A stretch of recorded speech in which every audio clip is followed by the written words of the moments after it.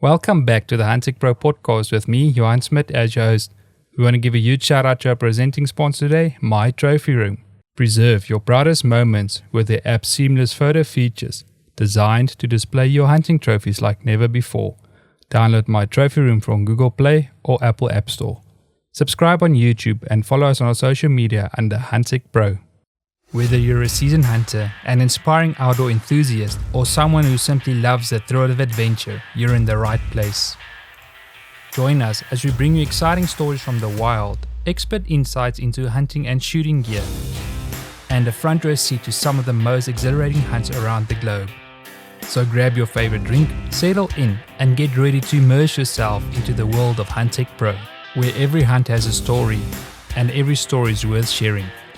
Let's get started.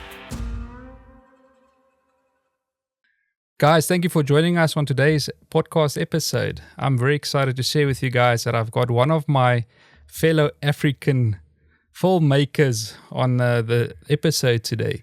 So today we're talking to Andy from This Is Africa. Andy, thanks for joining us on today's podcast, man.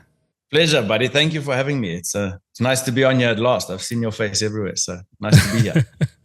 Yeah, luckily we've met in person twice. I remember at Huntech in South Africa, there was a first time, and then I think at a SEI last year in Nashville. Yeah, 100%, man. You and I have been slugging away at the same stuff for quite a long time, so it's nice to see you doing well. Yeah, no, likewise, man. And how did your season go there with the shows and stuff now? Yeah, it was good. The States is always fun. You know, you get to go to the conventions where you're now with thousands and thousands of people from around the world that have all got the same interest as you. It's like, it's really cool. Really cool. So yeah, it's nice to be home, but we miss all our hunting buddies over there already, you know? Yeah. But yeah, no, Andy, I obviously started watching your show. I think it was just before COVID, and a lot of people obviously got online and started watching YouTube videos. But I know you also broadcast in the States and stuff. Where did, or how did you start with This Is Africa, and where did your journey start with it? So it was Larry Weissoon and Blake Barnett have a show called Trailing the Hunter's Moon. And they wanted to book a hunt in Africa. So they asked me if I can put together the hunt in Zambia. Because of my connections I have there, and we managed to do that. And I asked them, can I come along and film? At this stage, I wasn't filming This Is Africa, the TV show. And I went along and filmed, and they had another cameraman there, but I noticed they used all my camera work in the production, and I actually thought they could have made a bit of a better story as well. So I thought, well, sure, I know this, it's not that, you know, I can do this. And that's where the idea sort of arose, and then that's how the TV show was born, really. I mean, if you want to hear, there's lots about that, how all the detail, but in the gist of it, that's where the idea was born. No, that's really cool, man. It's always interesting to hear where people have started out with this show, and you know what inspired them to do that. So tell me, with starting a TV show and building up your connections in the States and stuff, was it challenging to start, or how did you get your show onto TV? Yeah, it was challenging to start.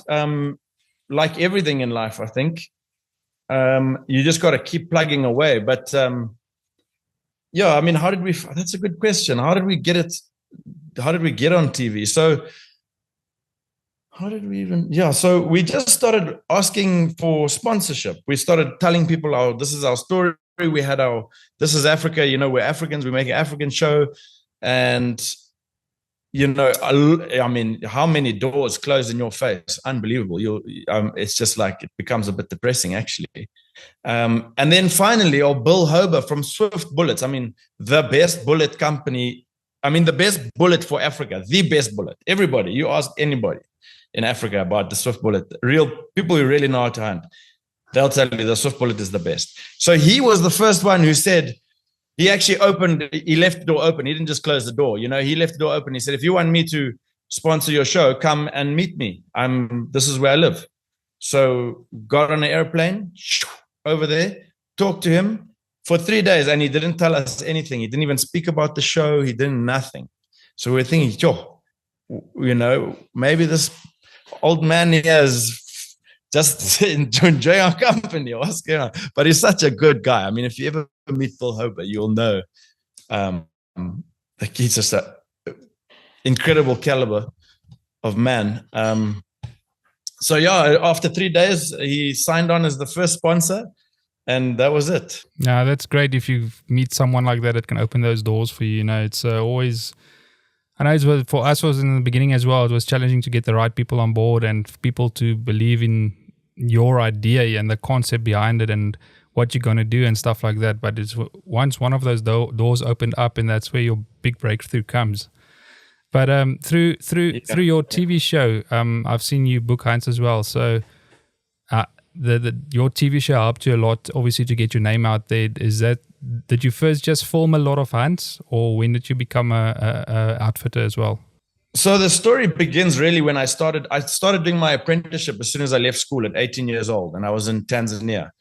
And I did 2 years of apprenticeship there. But unfortunately, my boss at the time hadn't got me a work visa. So I was actually illegal in the country, and I got stopped one day by the army guys, and they were like, "Where's your thing?" But by this time I speak Swahili, so I was telling them, cha, cha, cha, cha, cha, cha. And they said, no, where's your passport? And then it turned out I was on a 1-month visa, and I didn't know this. I thought I had some sort of legal standing. So then I just had to skip the country, basically. I got on a train, went off to Mozambique, and that's where I filmed my first hunt. A lady came, and I was still doing my hunting apprenticeship there. And a lady came with her husband, and she had this little handheld cam. And I was like, "Oh, please, can I have a go? That looks super fun."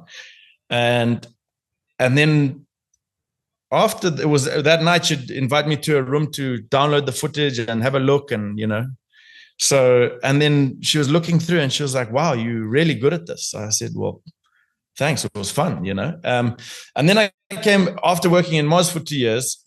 I wanted to start hunting now, and my boss was like, he kept on delaying me to start hunting. So I was like, I don't want to go back to Zimbabwe now. I'm tired now. Zimbabwe is like my home base where I started my life, early childhood, learned the bush, had friends. So now I said, let me go back.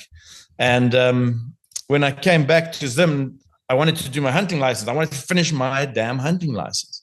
And they said, all those 4 years you've done in Tanzania and Mozambique don't count, because this is a Zimbabwe professional hunter's license. You have to do it here in Zimbabwe and whatever.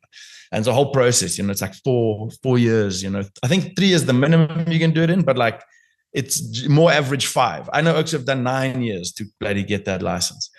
And now I got back here, and they said, you have to do another 4 years of getting paid nothing, doing the dog's work. You know what I mean? You learn how to hunt, and you learn the bush, and you learn all these things, but you want to be hunting because also you're getting older, you need more money, whatever. So I started to film, and this is how I figured out I can make some money now filming and do my apprenticeship at the same time. But my show got my TV, even my YouTube channel when I started back then, because I didn't want just the client to see the video. So I thought, let me put it onto YouTube, then other people can see my video, because it seems like a whole lot of work to do just for one client to see the video. So then I made the YouTube channel, and that started to go, and then I got the TV show, and then I never ever finished doing my professional hunter's license, which I'm actually doing now. In the process of doing it now, like really trying my hardest in the ripe old age of 35. But it'll be nice to accomplish that. I think once I get that, it'll be a really cool thing to say that I've actually finished it, and I can still got my TV show. I've got my media base, my booking agency, and I'm a PH. It'll be like almost tying a nice little bow on a few of the loose ends that I've had around, So tell me, with your episodes on This Is Africa, I see you capture a lot of humor and the struggles and the raw emotions. How important is it for you to showcase that? Well, it's everything, because that's where your story lies, a lot of, I remember when I first started filming hunting, everybody was talking about the kill shot. Did you get the kill shot? Did you get the kill shot? And yes, the kill shot is important, because let's be honest, there's some bloodthirsty people out there who want to see the kill shot more than anything. But if you want to like engage somebody for a long period of time, you got to have a storyline and some cool stuff and some funny stuff, or they should be anticipating something like that. So it's important to try and engage that stuff. And luckily for me, I'm a bubbly person anyway. So it's very easy. People become very relaxed in front of the camera when I'm behind the camera. So I think that helps me a lot as well. And then do you have concessions where you hunt, or do you hunt on your own property? And is it locations you choose for your hunters? Is it for the animals they want to hunt? Or if you have your own property, you've got those animals available for them to hunt? Yeah, so I don't have my own property at all. I don't have any property whatsoever. What I do is take people to specific properties based on what experience and animals they are looking for. So I try and really customize the best place for them. Obviously, a lot of times it comes down to budget. So you can't always give them the ideal thing that you think, but I then move to what best they can afford, what I think. And also quite often people who book with me would like me to come with and film. So I also don't want to be taking myself to a place where I'm going to be bored, because I get bored quite easily. So it's quite nice for me to, keep them happy, keep me happy. And it's nice like that. So how do you keep the balance between entertainment, education, and conservation? It's very difficult in this day and age, to be honest, because you want to educate, definitely. I always try and educate something, whether it's be like, what are the hunters doing in their actual hunt, or which way the wind's going, or which way the buffalo are feeding. I try and incorporate that into, so the hunters can be educated on, okay, this is what they're doing. And that's a nice thing about where we hunt as well. It's real hunting, it's stuff. If it smells you, it runs away. It's like, and it's not going to stop running for the next 3 days probably. So you got to be wide awake. So yeah, that education, and then obviously trying to explain to people how conservation in hunting works. And then you got to, I think even when you're doing those things, you can try and incorporate humor to there. Yeah. So yeah, I know it's a balancing act between those three, but you kind of also, I enjoy just going out into the bush, and sometimes you're going on a hunt and you think, oh, this is going to be boring. What are we shooting here? Like some kudu and a eland and a kudu. You know what I mean? Yeah, like the more exciting stuff for sure is buffalo and leopard and lion and elephant and. But I always think, even with a small plains game hunt, if you go out there and cool stuff always happens in the bush. That's what I love about, what I do. Like try and make a story. When you go out there, you don't know what the bush is going to give you. You can say, oh yeah, we're going to hunt a buffalo. That might get dangerous, and the tracker might have something interesting to tell us, or, there's lots of things that you can kind of bank on, but then the bush always gives you something that you didn't expect, which is also cool. Yeah, and I've seen that through your episodes, and it's really cool the way you approach it. And I think that's why the clientele you have, they see that in you, and that's why they enjoy hunting with you. But can you think of like one of the most unforgettable safaris that you ever documented in one of the episodes? On one of the episodes, there's so many, buddy. So many. Oh, the best one.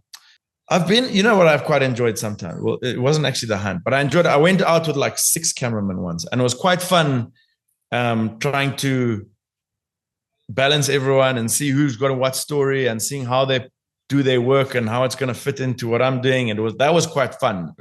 Just in like to see, cameramen is also different. If you try and teach them exactly how you do and whatever, then they might not, do their best work.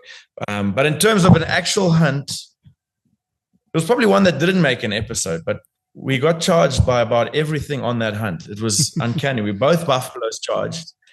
The leopard was the one didn't charge. The elephant was very exciting. It was like at night, and it was very exciting. Being around big bull elephants in the pitch dark was just something else. A bit of moonlight, so you could kind of see them, and then the lion charged as well, and that was that always gets exciting as well, because sometimes when someone wounds an animal, like a leopard especially, I don't like to follow a leopard holding my camera. I really don't. I just feel like it's really stupid, because more often than not, the situation is going to go cockeye, and now you're standing there holding a camera, and I'm not the kind of guy who's going to film someone getting eaten. So now all of a sudden I'm going to be playing Rambo with no gun, so it's not going to be clever. So yeah, I often grab a gun with the PH, because you don't want to. Can you imagine doing that on your own? I mean, how frightening. So to help a fellow PH out and go and help out, that always is very exciting. It's not filmed, but it's very exciting. I mean, I think anyone who hunts in Africa can attest that part of hunting in Africa, the thing is the danger factor is really real. And it puts that much more pressure on the shot they have to take, because they know, a lot of clients are very aware that if they mess it up, then now it's the poor PH that has to go and find this thing. They get the option of staying at the car or, whatever, running away a little bit if they want. So one of the episodes that I watched, I think you guys went to hunt a mountain nyala. Where was that? That was Ethiopia. So yeah, I've done that twice and loved it each time. You ride the horses up into the mountains, really cool. The fact that you don't have to climb the mountain with your feet is like my first hip hip hooray. But yeah, and the elevation's really high up there. I forget exactly what it is, but I think it's 12,500 feet or something ridiculous. You do get really short of breath if you start trying to climb that mountain.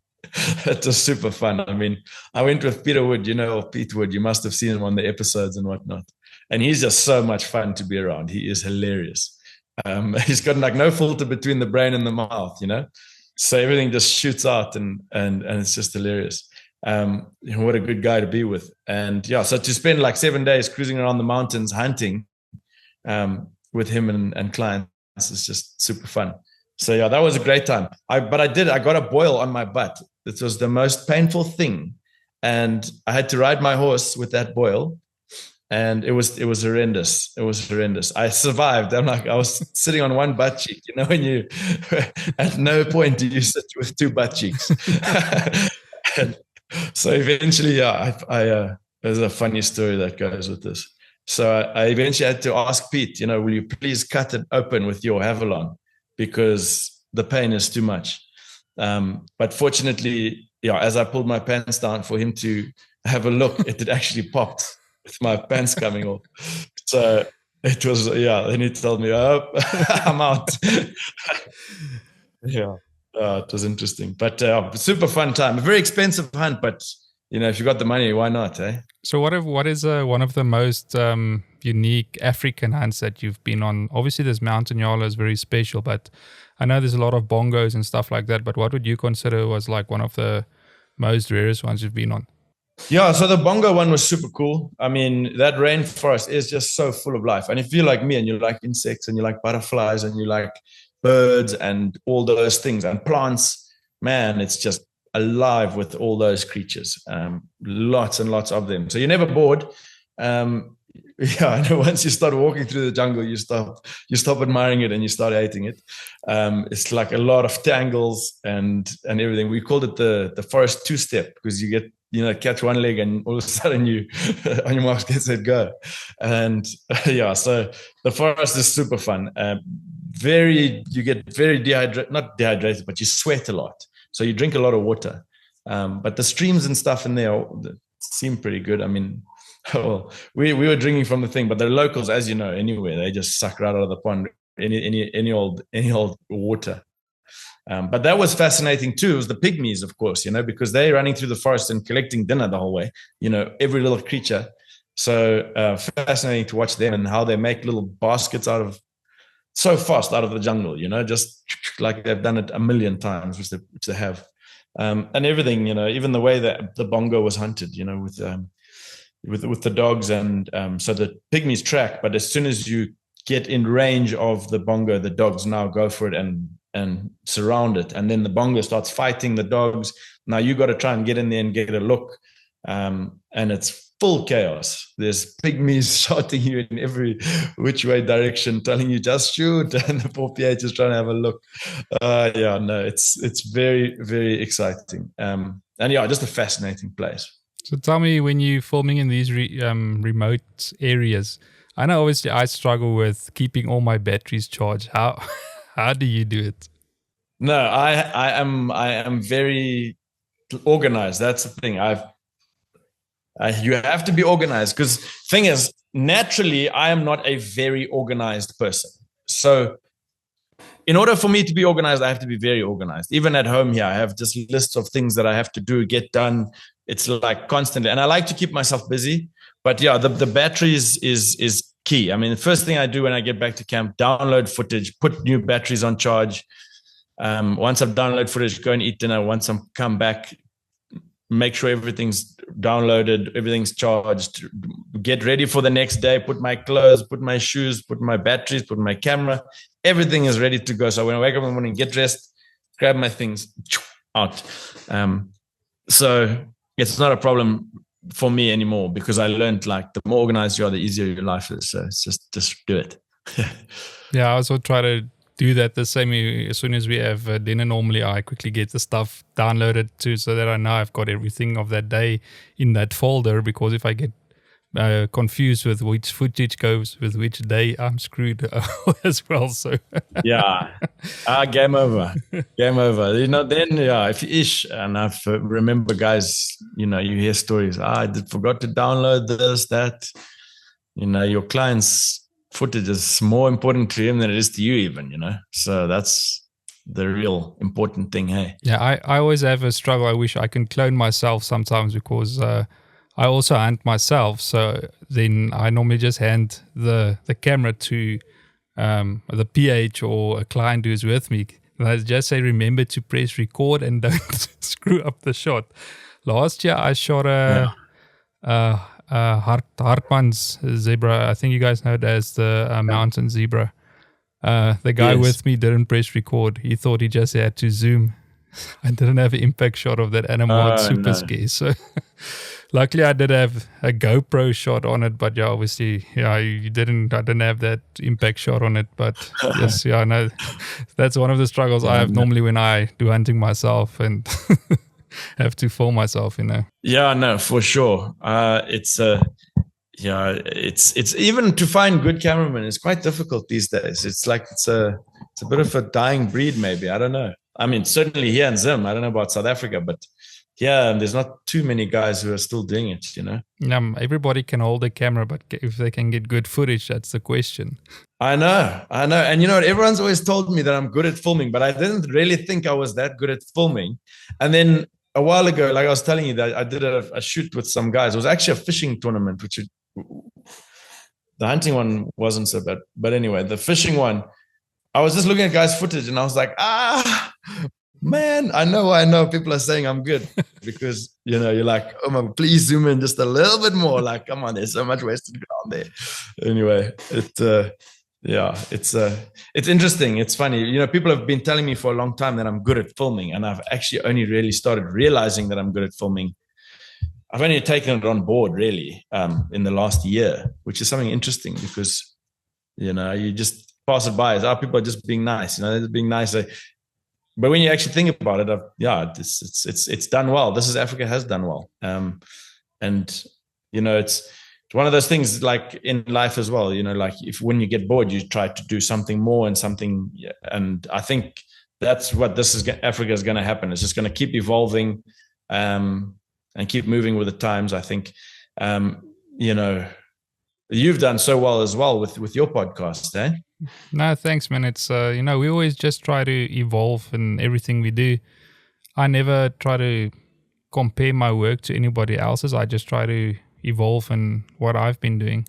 But, if you didn't put so much time and effort into This Is Africa, I would have never seen your show on YouTube. So you guys are doing so great with that as well, man.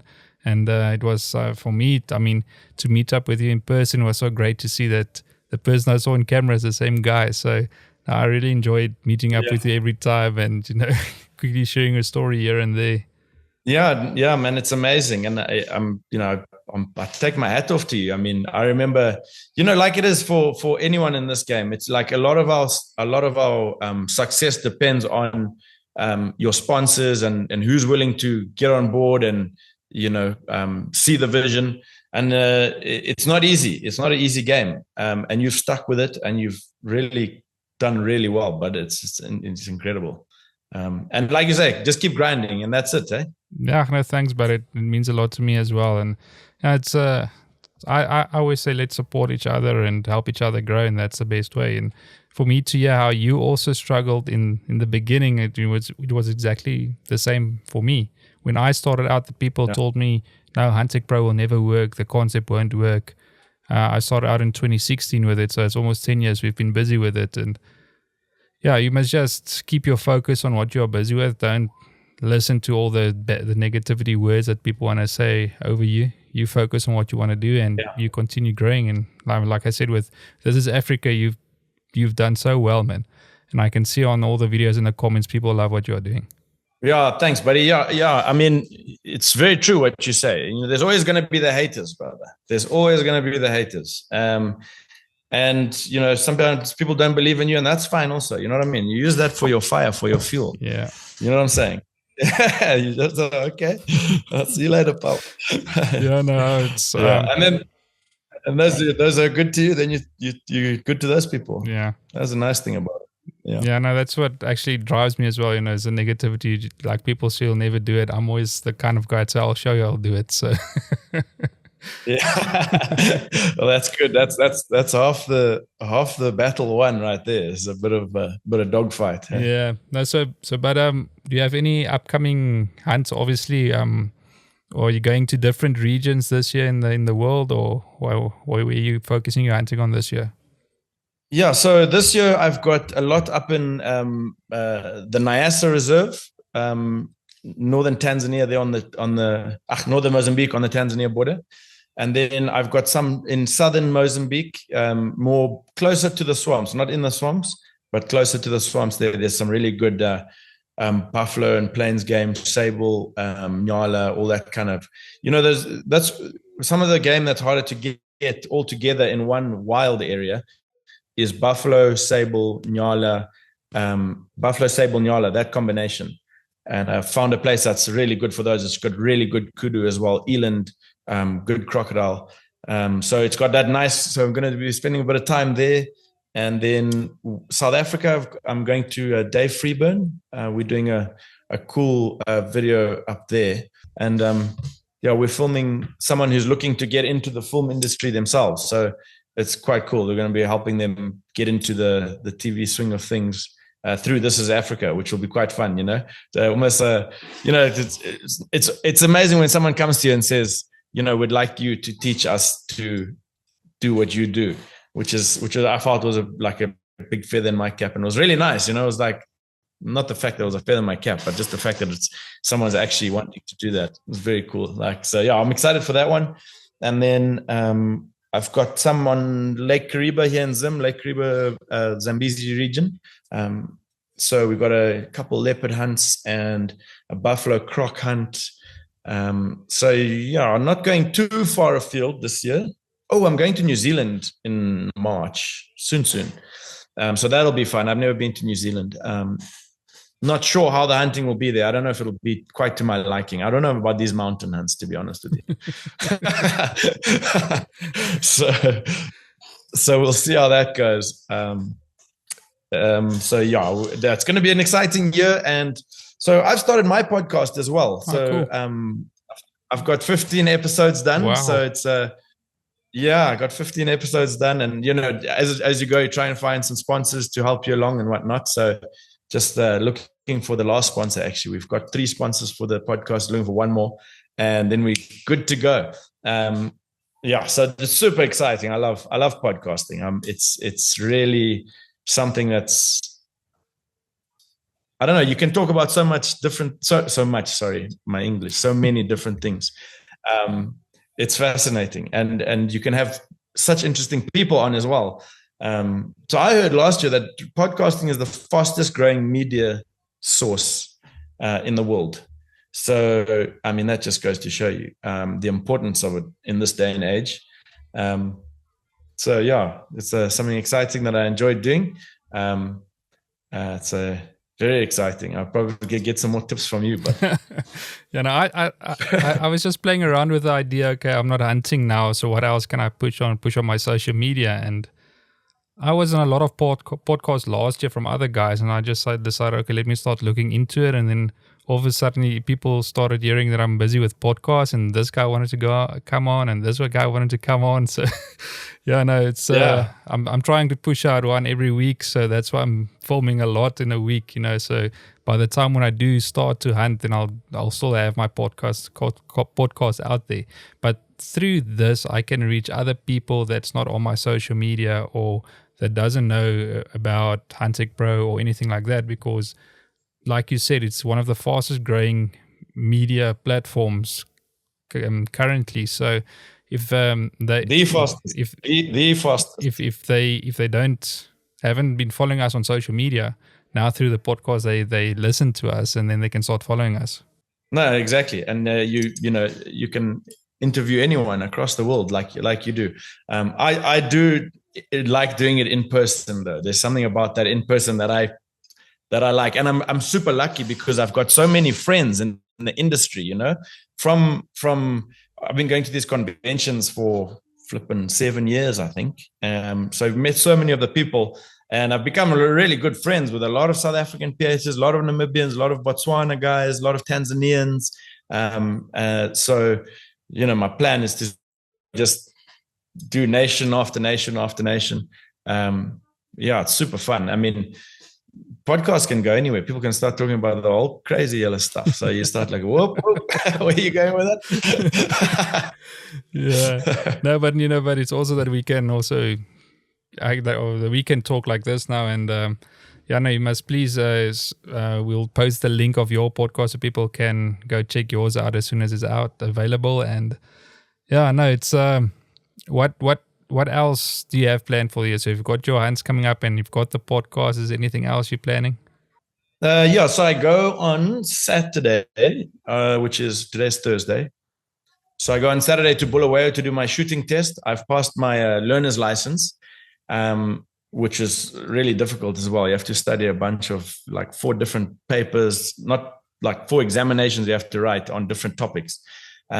So I've passed that, and now I'm going to do my shooting test, and then I now start doing problem animal control, which is something I love doing anyway, to go to the villages when they're having a problem with a lion that's eating people, or a hyena, or the elephant eating all the crops, or a buffalo is wounded and is chasing people around the waterhole or whatever, all that kind of stuff, which I find fascinating. I really enjoy being around the local people. That's something that I think makes me a little bit different from a lot of other people. I really enjoy the cultural side of things. As well as hunting, I enjoy the cultural side and, art and filming and artwork. And anyway, so the local people, there's a lot of that culture, and there's a lot of art, and there's a lot of that kind of stuff involved with them. So to go there and hunt and see their things, that's really fun. I'm looking forward to doing all my PAC work. And there we just trying to work with people that are doing good for conservation. There's a lot of people that say this and that, but there's some that are doing really good, that really put in the hard work. So I'm hopefully going to be showing a few of them this year. I'm excited for the podcast to come out, and it's a filmed one as well, so that's cool. So my YouTube followers of This Is Africa can watch it as well, which is pretty cool. So lots of exciting stuff coming up, and looking forward to, how it is. Once the year gets started, you're filming, you're editing, you're podcasting. It's pretty hectic. These things don't make themselves. It's very fun. And my girlfriend Carly helps me a lot with the podcast, and that's more her baby, actually, the editing of it and all that stuff. Which is nice because, she's very organized with it and whatever. I'd probably forget to switch on a light, or like you say, press record or whatever. She's helping me with that and helping me with the organization of hunts. She comes with me to conventions. So she meets all the clients that are coming through, helps them with the meet and greet and sending them off to the relevant places and making sure they're all good and settled in and all that stuff. So she's a big help. But it's exciting. There's always something going on, whether it's clients coming over or we're going hunting or we're filming or we're doing podcasts. I like to keep myself busy. So yeah, very excited for the year. You previously mentioned you're doing the PIC animals. That is one difference between South Africa and Zim, because we in South Africa, we've got a lot of high fences with obviously to keep our animals in there. But there, you guys have more struggles with where the animals are in between the communities and stuff like that. Is there a lot of stuff that you will get called out to come and help with problem animals like that? Yeah, but you have to be licensed. So it's not just anybody can go and have a good time. You know what I mean? Otherwise, you get guys going out and being hooligans and doing stupid things and shooting animals they're not supposed to shoot. And you know how some people can be. So it's all very controlled. You know, you have to get the right permissions and be qualified and all those things in order to do it. But yes, there is stuff to be done. Obviously, you know how any government works is it doesn't always get as much financing as it maybe needs, or so it's always nice to help out. You use your vehicle, your diesel and your bullets and your gun and your time and go and help out the national parks and where they might not be able to do the job. And also, when you're qualified to deal with stuff like that, then it takes away that animal being wounded by some, maybe a parks ranger who's qualified as a parks ranger, but he might not be the best elephant hunter or, best shot or whatever. So then you're just going to get maybe a second elephant wounded or whatever. So yeah, it's nice to help out where you can. And that's sort of the role that the apprentices play here in Zimbabwe. That's where they get quite a lot of their experience. Like other than going with other guides and seeing how they do things, when they get these PSA calls, they can go out and give it a go. So it builds their character and teaches them. That's why they said I mustn't run in there or whatever. It gives a little chance to learn. Yeah. No, Andy, thanks for sharing that with us, man. And if people don't know about This Is Africa, where can they find you? So This Is Africa is on YouTube. We've got a YouTube channel, which we're on 76,000 subscribers. So there's a lot of people who have enjoyed it. And then the podcast will be on Spotify. This Is Africa, the podcast on Spotify, and This Is Africa, the podcast on Apple, what's it called? Apple Podcast or whatever that's called. But yeah, you can watch it filmed on YouTube as well, which is pretty cool. And then obviously we're on Instagram, which is at This Is Africa TV, and YouTube is This Is Africa TV show. So yeah, you'll see all our things are kind of in orange. We've kind of gone with one brand, so you can see everything that's This Is Africa. We're the orange guys, somewhere in there. No, awesome, man. Guys, I'll definitely put the links in the description so you guys can go check out Andy and what they are busy with This Is Africa. But Andy, just thank you for making the time today to do this podcast with me. I really enjoyed it. My pleasure, buddy. Anytime. It's always too easy to sit around and chat with people who are interested in the same stuff. And, or if doesn't matter what country you're from, hunting's doing some sort of conservation in that country. So we're all working together for the benefit of wildlife. So it's a good deal. And the more we can educate people and let people know what happens in Africa, the better. So thanks to you, buddy. No, thanks again, man. And guys, please make sure to subscribe on the platform you are listening from, and make sure to stay connected with us because we've got some more exciting stories to share with you. Thanks for listening.